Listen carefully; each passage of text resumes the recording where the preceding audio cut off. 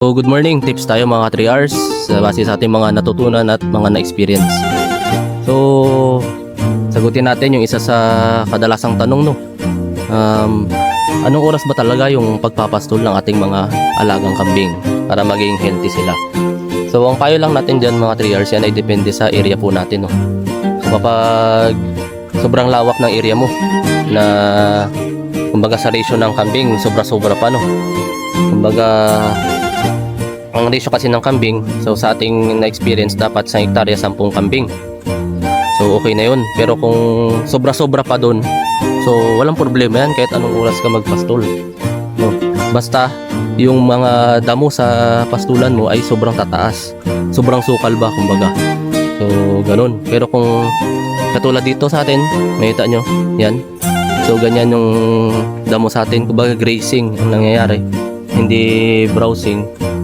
So mga ano tayo nagpapastol mga alas 10, no, 9:30 to yan ang simula ng oras ng pagpapastol natin. Pero hindi naman yun gutom dahil pinakain na po natin yun sa kanilang kulungan, no. So yan po. Kasi kapag ganito, yan katulad yan mga damo, yan ganyan mabababa. So kapag may hamog pa, dyan po nagtatago yung mga parasites sa mabababang damo na yan, lalo na kung dyan na rin sila dumi.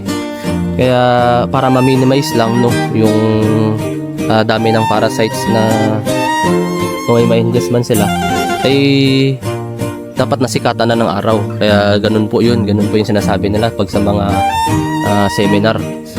So kaya importante din na kapag ganito ang practice natin, yan papastol tayo, dapat paiba-iba tayo ng ng area na pinagpapastolan natin.